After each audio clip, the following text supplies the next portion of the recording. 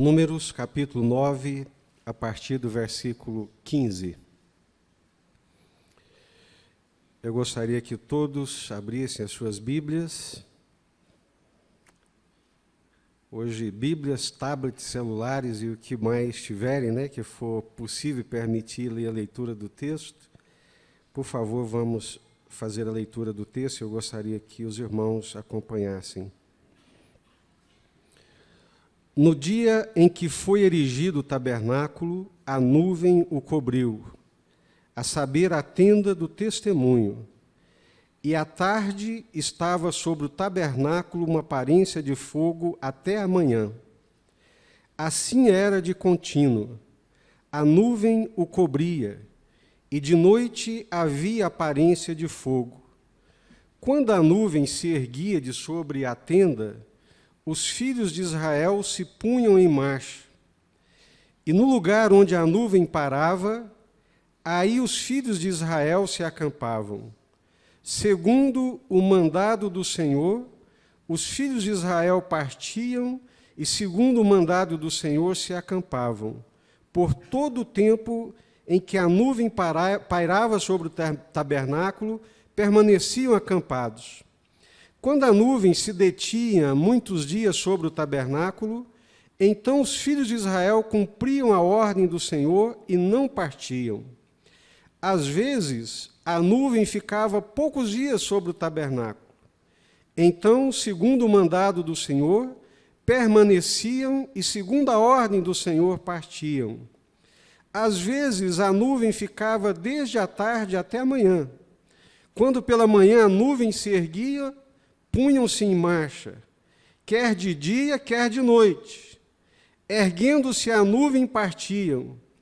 Se a nuvem se detinha sobre o tabernáculo por 2 dias, ou 1 mês, ou por mais tempo, enquanto pairava sobre ele, os filhos de Israel permaneciam acampados e não se punham em marcha, mas erguendo-se ela, partiam.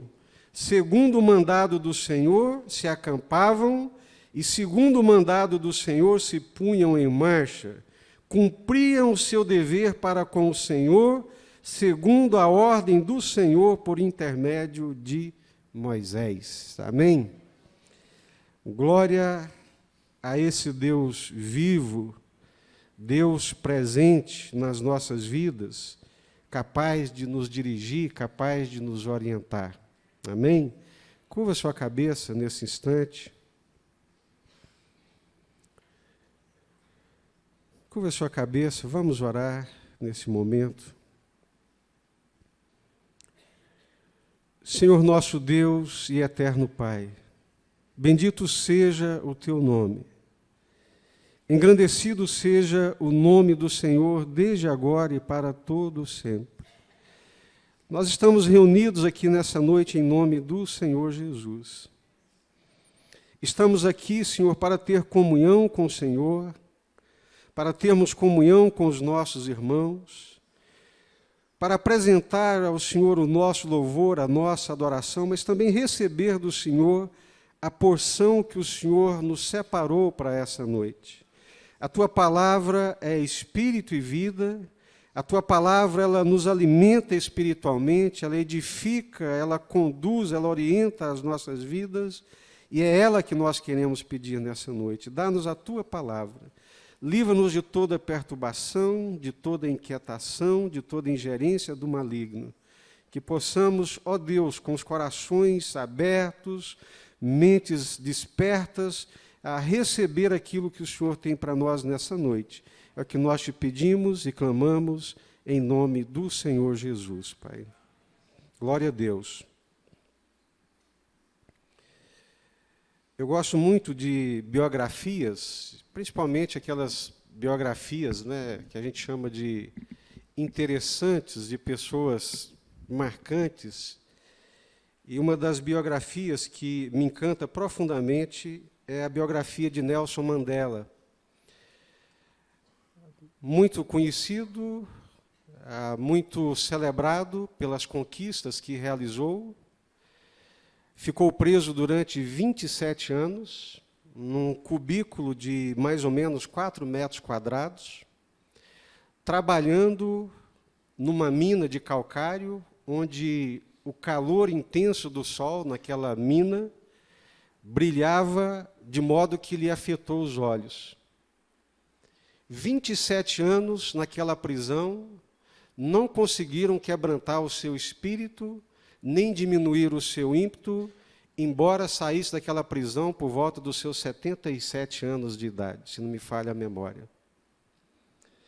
Um homem indomável, um homem que conseguiu vencer a mágoa, que conseguiu vencer o ressentimento, e quando colocado no poder, não pagou na mesma medida com que havia recebido.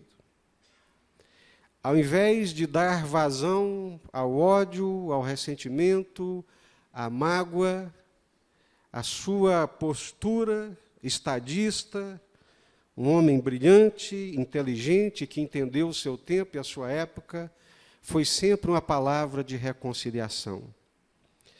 Mas o que mais me chamou a atenção na biografia de Nelson Mandela foi exatamente duas frases que ele carregava com ele ao longo da sua vida. Essas duas frases me chamaram muito a atenção.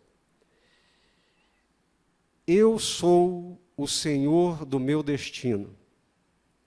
Eu sou o capitão da minha alma. Eu sou o senhor do meu destino.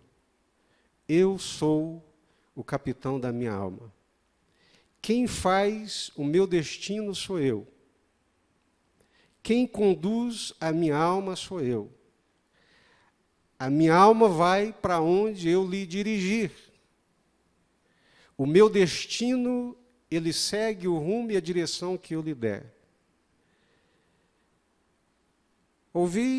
Li essas duas frases, fiquei impressionado com a postura, com a força interior daquele homem, mas pensei comigo mesmo, esse não é o meu caso. Eu não sou o senhor do meu destino.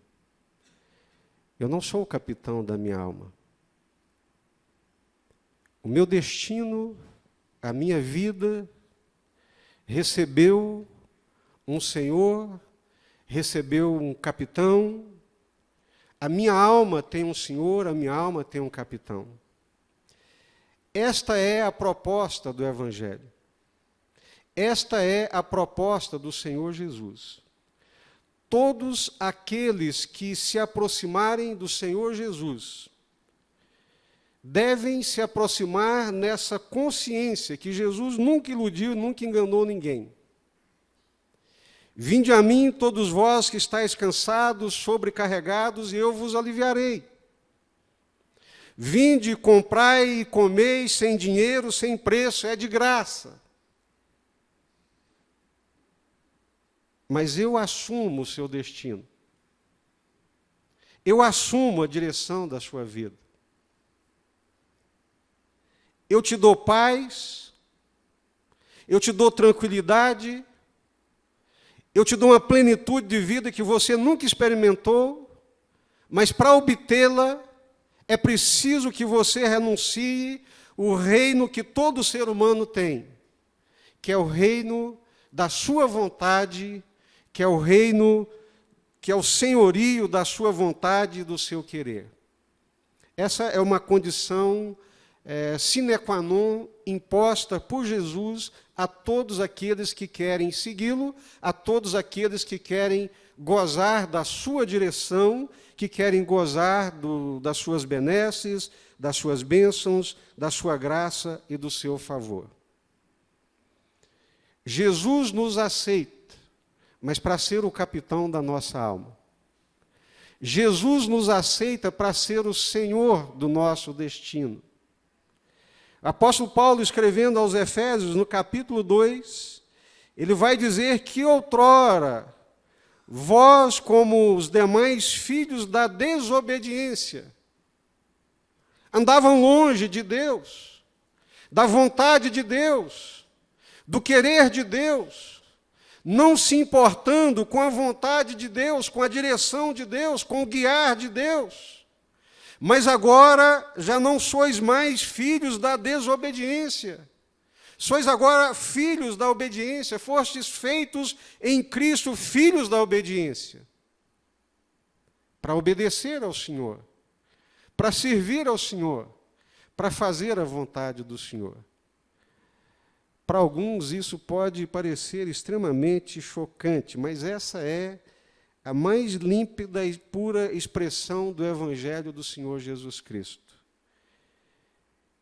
Quer a graça de Deus, a bênção de Deus, o favor de Deus, tem que entregar a sua vida, tem que render a direção da sua vida, tem que abrir mão da sua própria vontade para poder ficar com a vontade de Deus, entendendo, aceitando pela fé que a vontade de Deus é boa, perfeita e agradável. E olha que muitas vezes essa vontade de Deus pode nos conduzir por caminhos que nós nunca desejamos e nunca imaginamos.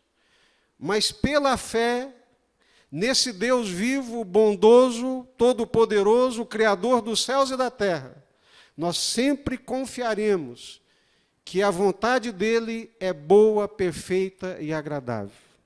Boa, perfeita e agradável é a vontade de Deus. Essa é a diferença entre os filhos da obediência e os filhos da desobediência. Os filhos da desobediência, eles não se submetem a Deus. Eles não aceitam a direção de Deus e não se submetem à vontade de Deus. Se constituem como impostores nos senhores das suas próprias vidas. É por isso que eu li esse texto que me encanta profundamente. Deus tira Israel do Egito. Israel passa 430 anos ali no Egito. Os últimos anos foram anos duros, anos difíceis, anos de sofrimento, anos de escravidão, subjugados, dominados pelo poder de Faraó, pelo poder do Egito. Trabalhavam, mas não recebiam o fruto do seu trabalho. Eram obrigados a trabalhar de dia e de noite, mas não podiam gozar e nem comer do resultado do seu trabalho, porque eram escravos, trabalhavam debaixo do tacão, debaixo da opressão, debaixo do chicote. E aquela opressão foi se tornando insustentável. Aquela opressão, ela foi ficando insuportável porque lhes tirava a alegria de viver, o desejo de viver, a angústia, a desesperança, a ausência de perspectiva, era o que lhes batia a porta constantemente. Em meio a essa angústia, a esse sofrimento, a essa desesperança, a esse trabalhar sem usufruir do fruto do trabalho, a essa vida sem perspectiva, essa vida sem sonho, essa vida sem esperança, vida vazia, dura, sofrida, cheia de lamentos e dores, eles se lembram de Deus. Eles se lembram de Deus, o Deus de Abraão, o Deus de Isaac, o Deus de Jacó. E começam a clamar a Deus. E começam a levantar a voz de lamento até Deus. Até quando, Senhor, não te lembrarás da tua herança? Até quando, Senhor, não cumprirás as promessas que fizeste aos nossos pais? Até quando permitirás que sejamos oprimidos? Até quando permitirás que vivamos debaixo dessa opressão, debaixo desse jugo, Senhor? Tão intenso foi o clamor que ele chegou até Deus. E Deus, então, ouvindo o clamor do seu povo de Israel, lembra-se do seu favor, lembra-se da sua graça, lembra-se das suas misericórdias e diz: basta, Faraó, basta, Egito. Cessa aqui, agora, essa opressão, essa escravidão. Deixa sair o meu povo, assim diz o Senhor. Amém? Basta uma palavra de Deus. Basta uma ordem de Deus, basta a manifestação da misericórdia, da bondade, do favor, da autoridade do Deus eterno, para que a história seja completamente modificada. Como cantamos aqui, em Deus nós podemos sim esperar uma nova história. Na ação de Deus e no poder de Deus, coisas novas podem sempre acontecer na nossa vida. E Deus, então, se manifesta ali no Egito ao seu povo e diz para Faraó: deixa sair o meu povo. E o Faraó endurece o coração. Ele não conhece Deus, ele não sabe quem é o Senhor. E quando Moisés lhe disse: Faraó, eu estou vindo em nome do Deus dos deuses. Eu estou vindo em nome do Senhor, Criador dos céus e da terra. É esse Deus que está mandando você soltar o povo, Faraó. E o Faraó: vocês estão muito ociosos, vocês estão tendo tempo demais. Capitães, metam um chicote nesse povo, ponham eles para trabalhar mais intensamente. Esse povo está ocioso, está preguiçoso, está pensando aí em ideias, minhocas na cabeça, bota eles para trabalhar que essas ideias fogem rapidamente. E Moisés disse para Deus: mas espera aí, Senhor, o Senhor me manda aqui para passar vergonha? O Senhor me manda ir a Faraó? Eu vou em nome do Senhor, confronto esse poderio, esse império, essa potestade em nome do Senhor, e agora o Senhor não faz nada? E Deus disse para Moisés: calma, Moisés. Faraó precisa conhecer e saber quem é Deus. Ele acha que ele é um Deus. Ele acha que esses ídolos dele aí do Egito, Ra, não sei mais o que isso aí é Deus. Eu preciso manifestar a minha glória no Egito, para que o Egito, Faraó e Israel saiba quem de fato e de verdade é Deus. E Deus manifesta a sua glória, manifesta o seu poder ali naquela nação, através de 10 poderosas pragas, quase que aniquilando completamente aquela nação, aquele país, até que, por fim, Faraó já empurrou os filhos de Israel: pelo amor de Deus, vá embora, sai daqui antes que sejamos destruídos. E eles saem do Egito. Saem do Egito agora como libertos. Não são mais escravos de Faraó. Não estão mais debaixo da opressão de Faraó.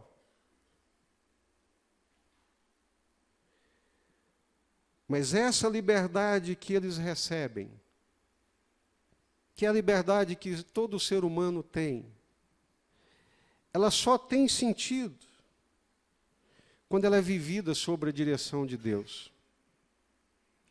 Todos nós, homens da modernidade, filhos do liberalismo ideológico, político, influenciados pela Revolução Francesa, amantes das liberdades individuais, da democracia, das liberdades, muitas vezes tropeçamos na nossa liberdade, transformando ela numa libertinagem, e nos perdemos nos descaminhos da vida, porque não submetemos essa liberdade de seres humanos que Deus nos dá, não submetemos essa liberdade à direção, à orientação e ao guiar de Deus. Quando eles saem do Egito, eles não saem do Egito para seguir o caminho que eles achassem melhor. Eles saem do Egito para seguir o caminho que Deus lhes mostraria, para andar na direção de Deus, debaixo da orientação de Deus. Deus tem compromisso com aqueles que seguem a sua direção e a sua orientação. Deus se compromete completamente com aqueles que estão debaixo da sua obediência. Deus tem um compromisso com aqueles que estão debaixo da nuvem da sua presença. Deus tem um compromisso com aqueles que olham para a nuvem de Deus, buscando a direção de Deus e seguem debaixo dessa direção de Deus. E eu já lhes disse aqui inúmeras vezes que havia um caminho do Egito para a terra de Canaã, que era a terra prometida, a terra da bênção, a terra das promessas, que era o caminho dos mercadores, que era um caminho rápido. 2 meses, 3 meses, no máximo 4 meses, seguindo a rota dos mercadores, já estariam na terra de Canaã. Mas a nuvem de Deus não os guia pelo caminho dos mercadores. A nuvem de Deus, a direção de Deus os guia pelo caminho do deserto, que é um caminho mais longo, que é um caminho mais árido, que é um caminho mais doloroso, que é um caminho mais difícil. E nós nos perguntamos por que, sendo o caminho de Deus, é o mais longo, o mais difícil, o mais estreito.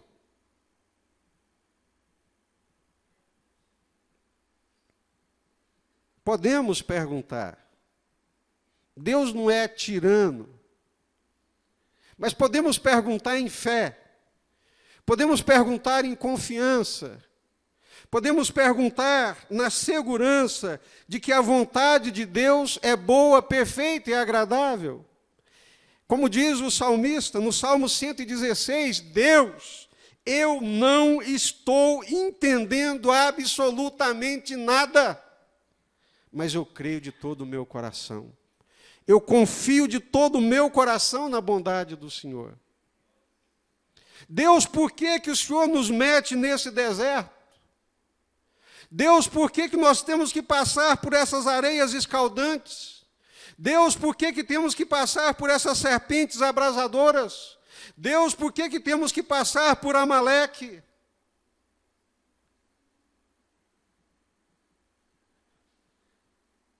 Siga a nuvem de Deus, siga a direção de Deus, mesmo não entendendo, mesmo não compreendendo, no momento, se Deus quiser revelar, na hora certa, no momento certo, Ele vai nos dar entendimento e vai nos dar compreensão. A palavra de Deus diz que Deus manda eles por aquele caminho por alguns motivos e algumas razões. Primeiro, eles saem do Egito como um bando. Não estão acostumados à ordem. Não estão acostumados a um comando, a se sentir como um povo, como uma nação. E desse jeito, diante da primeira guerra que eles tivessem que enfrentar, eles poderiam se debandar e se esfacelar completamente. Segundo e mais importante propósito, deserto é o lugar que Deus usa para tirar o Egito de dentro do coração.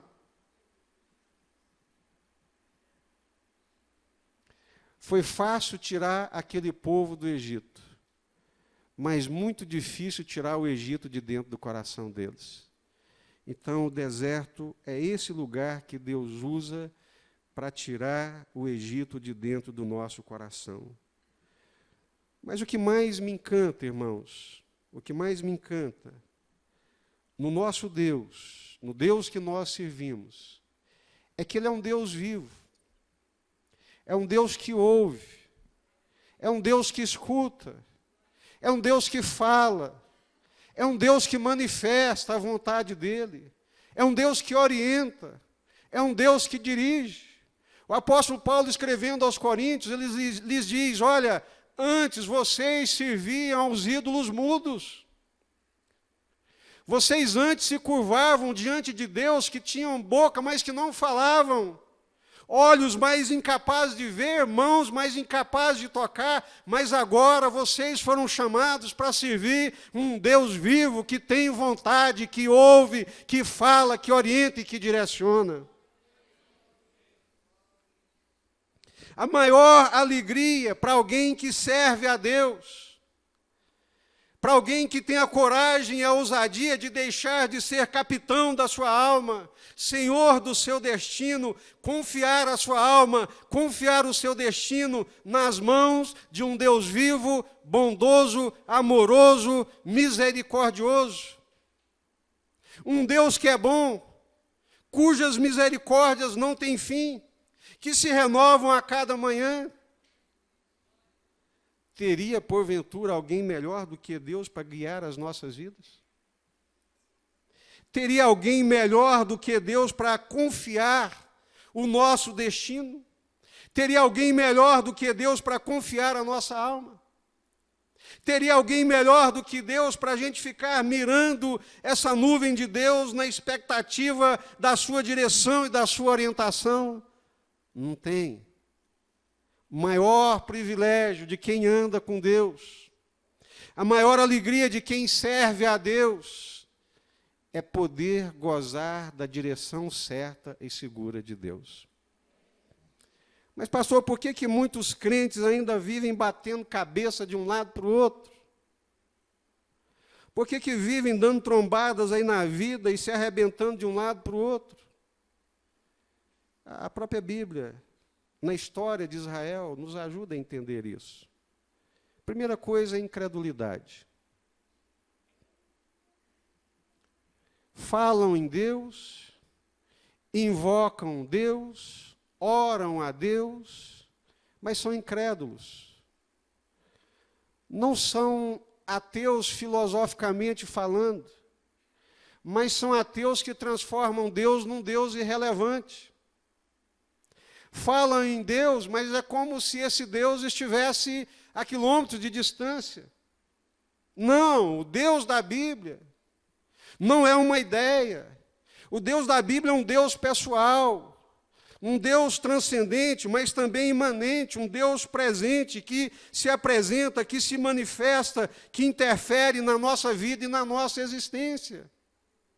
Esse é o Deus da Bíblia, esse é o Deus que nós servimos, que não está a quilômetros de distância. Então, a incredulidade é uma das coisas que nos impede de seguir com segurança a direção de Deus.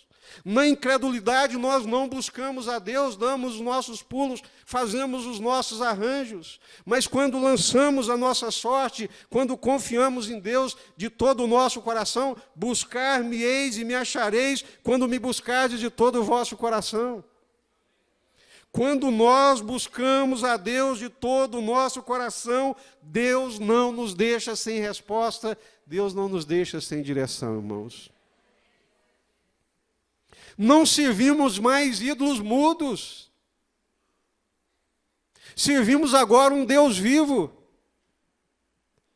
capaz de ouvir a nossa súplica, capaz de apalpar o nosso coração e sentir a nossa dor e a nossa angústia. Glória a Deus.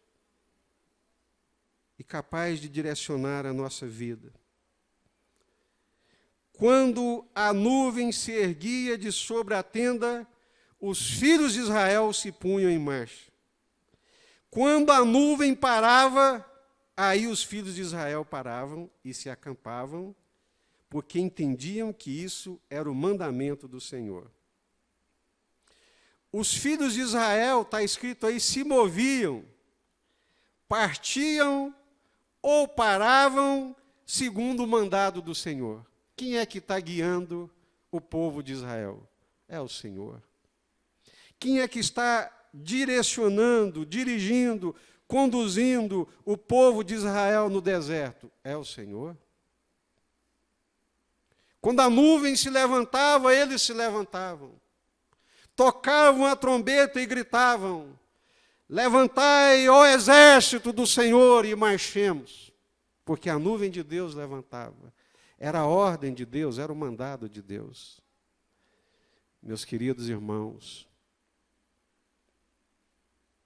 não há vida cristã mais esvaziada de sentido e de significado quando nós abrimos mão da direção de Deus, da orientação de Deus, e nos transformamos nos capitães das nossas próprias almas e nos senhores do nosso destino. É uma vida vazia, esvaziada de sentido e de significado. O que dá segurança para a nossa vida, para a nossa existência, é o fato de que esse Deus da Bíblia, de Jesus Cristo, Ele é capaz de conduzir as nossas vidas. Ele é capaz de nos orientar. Ele é capaz de nos dar essa segurança, essa firmeza, essa convicção. Na sequência, quando a nuvem se detinha muitos dias, então os filhos de Israel cumpriam a ordem do Senhor e não partiam.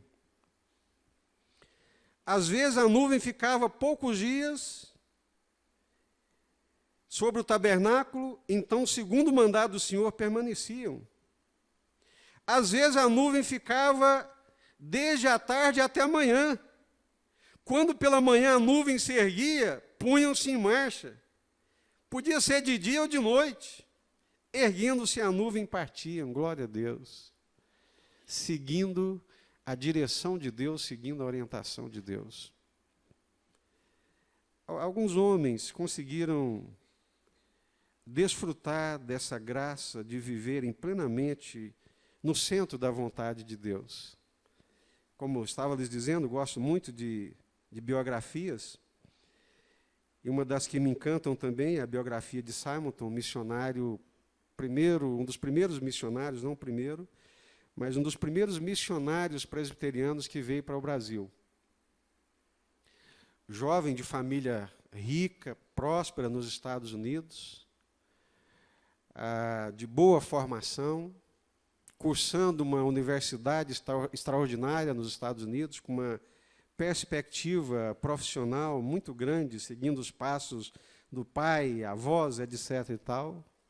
E, de repente, o Espírito Santo começa a inquietar-lhe o coração. E ele, então, ouvindo a voz de Deus, vai para o seminário para servir ao Senhor, para ser um pastor. E chega no seminário, ele começa a ouvir pregações sobre a obra missionária. Aí o Espírito Santo fala ao coração dele, e ele resolve ser missionário, e missionário no Brasil, no ano de 1859. Aqui no Brasil, nesse ano de 1859, era febre amarela, tifo, que matava mais do que o que se possa imaginar. E ele comunica aos pais, então, que Deus tinha colocado no coração dele para vir ao Brasil pregar o Evangelho aos brasileiros. E os pais lhe disseram: meu filho, você está louco, você é jovem, 26 anos de idade, o que você vai fazer no Brasil? Lá no Brasil, o Evangelho, nessa época, não tinha liberdade, há uma religião oficial que não permite a pregação do Evangelho, você vai ser perseguido. Além do mais, tem febre amarela, tem tifo, essas coisas matam, e você pode morrer, meu filho.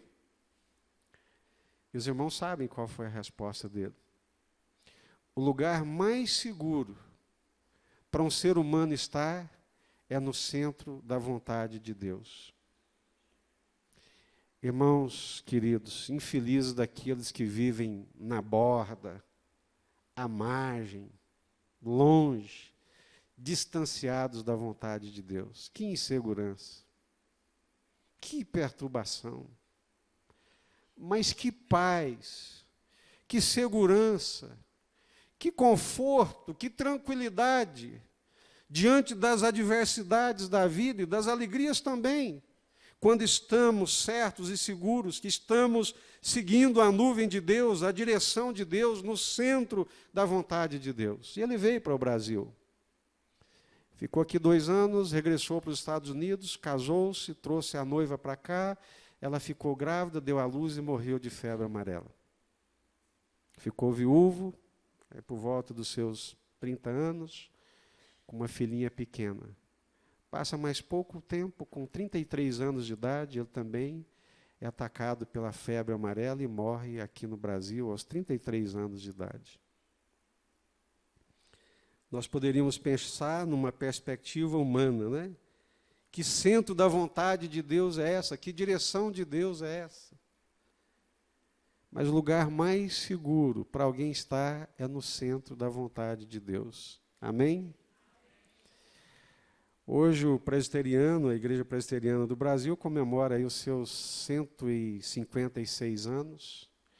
Segundo o pastor Hernandes Dias Lopes, numa das suas pregações, mais ou menos 2 milhões de crentes espalhados pelo Brasil, a partir da vida de um jovem que resolveu ouvir a voz de Deus, seguir a vontade de Deus, a nuvem de Deus, independentemente daquilo que lhe pudesse acontecer, certo de que aquilo era o propósito, o plano de Deus e a direção de Deus para a sua vida.